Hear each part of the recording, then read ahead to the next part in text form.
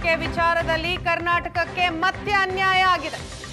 ರಾಜ್ಯದಲ್ಲಿ ಕುಡಿಯೋದಕ್ಕೇನೆ ನೀರಿಲ್ಲ. ಅಂಥದ್ರಲ್ಲಿ ತಮಿಳುನಾಡಿನ ಬೆಳೆಗಳಿಗೆ ನೀರು ಬಿಡಬೇಕಾ? 15 ದಿನಗಳ ಕಾಲ 3,500 ಕ್ಯೂಸೆಕ್ಸ್ ನೀರು ಹರಿಸಬೇಕು ಅಂತ ಆದೇಶ ಆಗಿದೆ. ಸಿಡಬ್ಲ್ಯೂಆರ್ಸಿ ನೀಡಿದಂತಹ ಆದೇಶ. ಈ ಆದೇಶದ ವಿರುದ್ಧ ರಾಜ್ಯದ ಅನ್ನದಾತ ಸಿಡಿದೆದ್ದಿದ್ದಾನೆ. ರಕ್ತ ಕೊಟ್ಟೆವು, ಕಾವೇರಿ ನೀರು ಬಿಡೆವು ಅಂತ ರೈತರು ಆಕ್ರೋಶವನ್ನ ಹೊರಹಾಕ್ತಾ ಇದ್ದಾರೆ. ನಾಡಿದ್ದು ಕರ್ನಾಟಕ ಬಂದ್ನ ಬಗ್ಗೆ ಸಂಘಟನೆಗಳು ಚಿಂತಿಸ್ತಾ ಇದ್ದಾವೆ. ಮೀಟಿಂಗ್ ಕೂಡ ನಡೀತಾ ಇದೆ.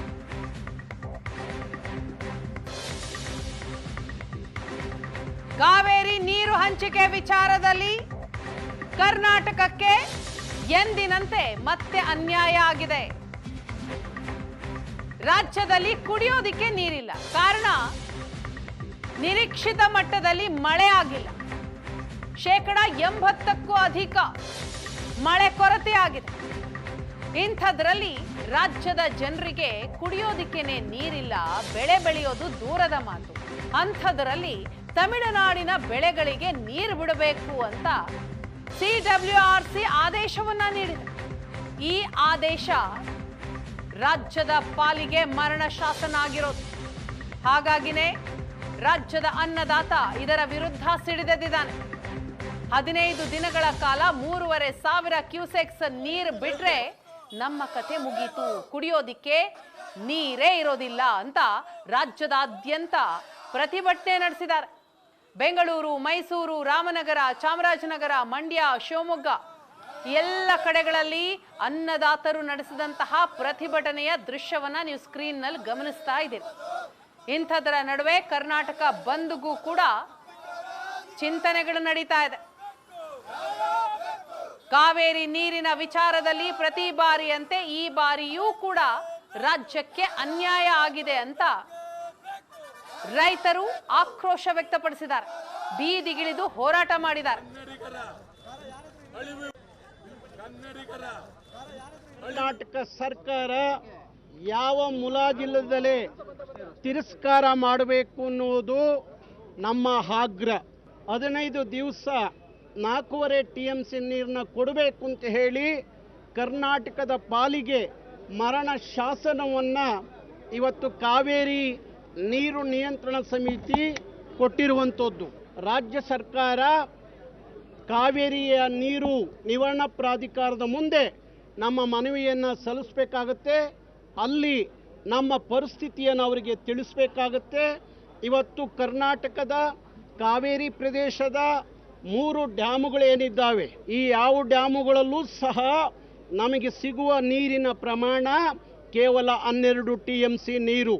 ಅದರಲ್ಲಿ ಒಂದು ತಿಂಗಳಿಗೆ ಬೆಂಗಳೂರಿಗೆ 3 TMC ನೀರು ಬೇಕಾಗುತ್ತೆ ಕುಡಿಲಿಕ್ಕೆ. ಇನ್ನು ಉಳಿದ 9 TMCಯಲ್ಲಿ ನಾವು 4.5 TMCಯನ್ನು ತಮಿಳುನಾಡಿಗೆ ಬಿಟ್ಟರೆ ನಮಗೆ ಕುಡಿಯುವ ನೀರಿಗೆ ನಾವು ಏನು ಮಾಡಬೇಕು? ಕರ್ನಾಟಕದ ಯಾವುದೇ ಡ್ಯಾಮ್ಗಳಲ್ಲಿ ನೀರಿಲ್ಲ. ಮಳೆ 20% ಮಳೆ ಬಂದಿಲ್ಲ.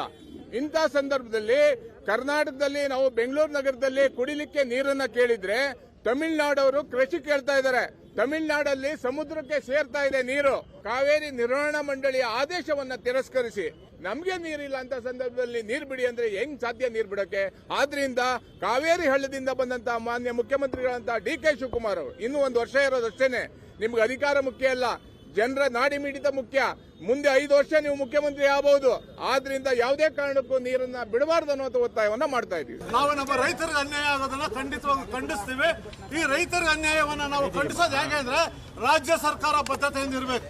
ಈ ಕೂಡಲೇ ಒಂದು ಹನಿ ನೀರು ಬಿಡೋದಿಲ್ಲ ನಾವು ಅಂತೇಳಿ ತೀರ್ಮಾನವನ್ನು ತೆಗೆದುಕೊಂಡು ಕರ್ನಾಟಕದ ರೈತರ ಹಿತವನ್ನು ಕಾಪಾಡಬೇಕು. ಇಲ್ಲವಾದ ಪಕ್ಷದಲ್ಲಿ ಮುಂದಿನ ದಿನದಲ್ಲಿ ಹೋರಾಟದ ತೀವ್ರತೆಗೆ ಇವರೇ ಕಾರಣ. ನಿನ್ನೆ ಸ್ವಲ್ಪ ನೀರು ಬಿಡಬೇಕು ಅಂತೇಳಿ ಆದೇಶ ಕೊಟ್ಟಿದ್ದಾರೆ. ನಮಗಿನ್ನ ವರ್ಣ ಕೃಪೆ ತೋರಿಸಿಲ್ಲ.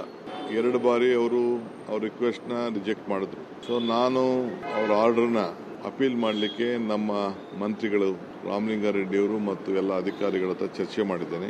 Against that order we are appealing. So ಆಮೇಲೆ ನಾವು ತೀರ್ಮಾನ ಮಾಡ್ತೀವಿ. ಅದಾದ್ಮೇಲೆ ನಾನು ಅಪೋಸಿಷನ್ ಪಾರ್ಟಿ ಲೀಡರ್ಸ್ ಹತ್ರ ಕೂಡ ನಾನು ಬೆಂಗಳೂರು ಹೋದ್ಮೇಲೆ ಮಾತಾಡ್ತೀನಿ. ತಮಿಳುನಾಡು ಚೀಫ್ ಮಿನಿಸ್ಟರ್ ಕೂಡ ನನ್ನ ಹತ್ರ ಬಂದು ಮಾತಾಡಲಿಕ್ಕೆ ಕೆಲವು ವಿಚಾರಗಳನ್ನ ಮಾತಾಡಲಿಕ್ಕೆ ಇಂಗಿತವನ್ನು ವ್ಯಕ್ತಪಡಿಸಿದ್ದಾರೆ. ನನ್ನ ಹತ್ರನೂ ಫೋನಲ್ಲಿ ಮಾತಾಡಿದ್ದಾರೆ. ಸೊ ನಾವು ಕೂಡ ಗೌರವದಿಂದ ಅವ್ರಿಗೆ ನೋಡಬೇಕಾದ್ದು ನಮ್ಮ ಕರ್ತವ್ಯ. ಜೊತೆಗೆ ನಾನು ಕೂಡ ನಮ್ಮ ರಾಜ್ಯದ ಕಾವೇರಿ ಜಲಾನಯನ ಪ್ರದೇಶದ ಕೂಡ ನೀವು ನೋಡಿ ಅಂತ ಕೂಡ ಒಂದು ರಿಕ್ವೆಸ್ಟ್ ಮಾಡಿದ್ದೇನೆ. ನಮಗೆ ಕುಡಿಯೋದಕ್ಕೆ ನೀರಿಲ್ಲ ಅನ್ನುವಂಥ ಸನ್ನಿವೇಶ ಇರುವಾಗ ಅವರು 3,500 ಕ್ಯೂಸೆಕ್ಸ್ ಅನ್ನ ನೀರು ಕೊಡಬೇಕು ಅಂತ ಹೇಳುವಂಥದ್ದು ಎಷ್ಟು ಸರಿ ಅಂತ. ನಮ್ಮಲ್ಲಿ ಇದ್ದಾಗ ಕೊಡೋಣ, ತೊಂದರೆ ಇಲ್ಲ. ಅದ್ರ ಬಗ್ಗೆ ಮುಖ್ಯಮಂತ್ರಿಗಳು ಒಂದು ಸರ್ವಪಕ್ಷದ ಸಭೆಯನ್ನು ಕರೀಬೇಕು ಅಂತ ಪ್ರಸ್ತಾಪ ಮಾಡಿದ್ದಾರೆ. ತಮಿಳುನಾಡಿನ ಮುಖ್ಯಮಂತ್ರಿಗಳು ಬೆಂಗಳೂರಿಗೆ ಬರುವ ಸಾಧ್ಯತೆ ಕೂಡ ಇದೆ. ಒಂದು ವೇಳೆ ಅವ್ರು ಬಂದಾಗ ಅದನ್ನ ನಾವು ಅವರ ಜೊತೆಯಲ್ಲೂ ಕೂಡ ಪ್ರಸ್ತಾಪ ಮಾಡಬಹುದು. ನಮ್ಮ ನೀರಾವರಿ ಸಚಿವರು ಕೂಡ ರಾಮಲಿಂಗ ರೆಡ್ಡಿ ಅವರು ಕೂಡ ಬಂದಿದ್ರು ಅಲ್ಲಿಗೆ. ಇವತ್ತು ಅವರು ಸಭೆಯನ್ನ ಮಾಡಿದ್ರೆ ಅವರು ಒಂದು ತೀರ್ಮಾನ ತಗೊಳ್ತಾರೆ ಅಂತ ಅನ್ಕೊಳ್ತೀನಿ. ಇಲ್ಲ, ಸ್ವಾಭಾವಿಕವಾಗಿ ಅವರು ಮಂಡ್ಯದಲ್ಲಿ ಮತ್ತು ಸುತ್ತಮುತ್ತ ಎಲ್ಲ ಪ್ರತಿಭಟನೆಗಳನ್ನ ರೈತ ಸಂಘದವರು ಮತ್ತು ಬೇರೆ ಬೇರೆ ಸಂಘದ ಸಂಸ್ಥೆಗಳು ಮಾಡ್ತಾರೆ. ಅವರು ನಿನ್ನೆ ಕೂಡ ಮಾಡಿದ್ದಾರೆ. ನಾವು ನೋಡೋಣ ಏನು ಅಂತಿಮವಾಗಿ ಏನು ಸರ್ಕಾರ ತೀರ್ಮಾನ ತಗೊಳ್ಬೇಕು.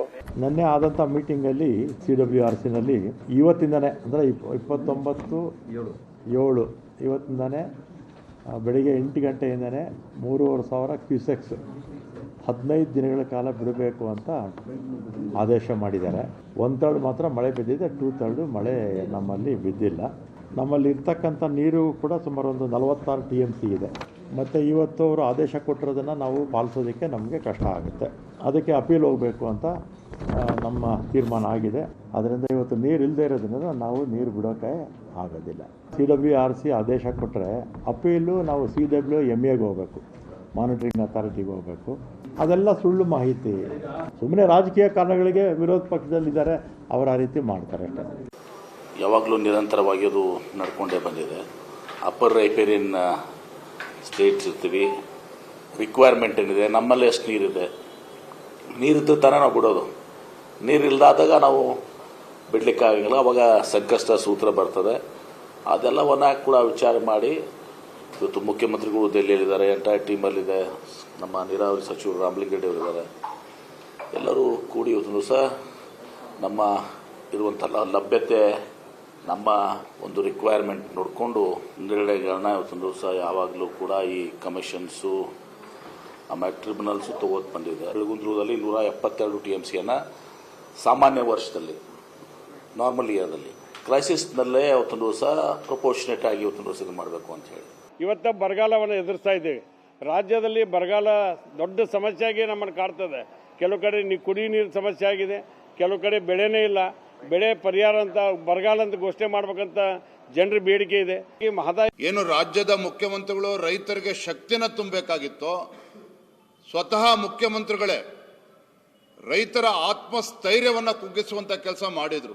ಅಷ್ಟೇ ಅಲ್ಲ, ಕದ್ದು ಮುಚ್ಚಿ ರಾತ್ರೋರಾತ್ರಿ ತಮಿಳುನಾಡಿನ ಮುಖ್ಯಮಂತ್ರಿಗಳಿಗೆ ಖುಷಿ ಪಡಿಸಬೇಕು ಅಂತ ಹೇಳಿ ನಮ್ಮ ರಾಜ್ಯದ ರೈತರಿಗೆ, ಕಾವೇರಿ ಕೊಳ್ಳದ ರೈತರಿಗೆ ಅನ್ಯಾಯ ಮಾಡಿ ರಾತ್ರೋರಾತ್ರಿ ನೀರು ಬಿಡುವಂತ ಕೆಲಸ ಮಾಡಿದ್ರಲ್ಲ ಮಾನ್ಯ ಮುಖ್ಯಮಂತ್ರಿಗಳೇ. 4 ಸರಿ ಡೆಲ್ಲಿಗೆ ಹೋಗಿದ್ದಾರೆ ಮಂತ್ರಿಮಂಡಲ ರಚನೆ ಮಾಡೋಕ್ಕೆ ಮತ್ತು ಕಾಕ್ರೋಚ್ ಪಾರ್ಟಿಯಲ್ಲಿ ಪ್ರತಿಭಟನೆ.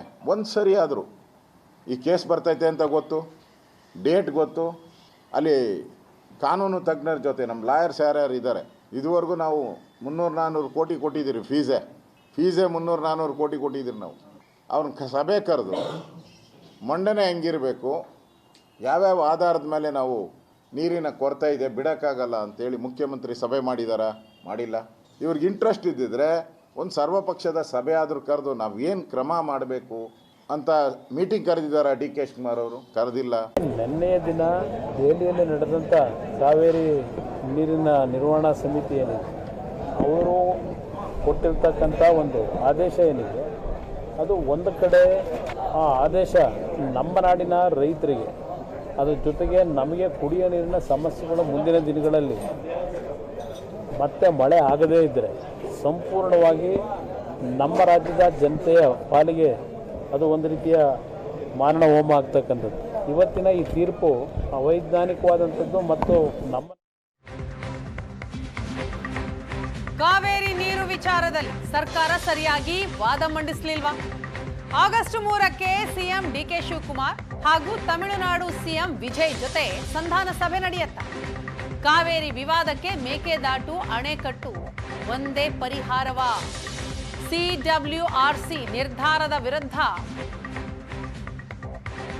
ಸಿಡಬ್ಲ್ಯೂಎಂಎಗೆ ರಾಜ್ಯದ ಮೇಲ್ಮನವಿ ಸಲ್ಲಿಕೆ ಆಗಲಿದೆ. ಕರ್ನಾಟಕದ ಮೇಲ್ಮನವಿಯ ಬೆನ್ನಲ್ಲೇ ನಾಳೆ ಮಧ್ಯಾಹ್ನ 2:30ಕ್ಕೆ ಸಿಡಬ್ಲ್ಯೂಎಂಎ ತುರ್ತು ಸಭೆ. ನಾಳೆ ಕಾವೇರಿ ನೀರು ಹರಿಸೋ ಕುರಿತಾಗಿ ಮಹತ್ವದ ಆದೇಶ ಪ್ರಕಟವಾಗೋ ಸಾಧ್ಯತೆ ಇದೆ.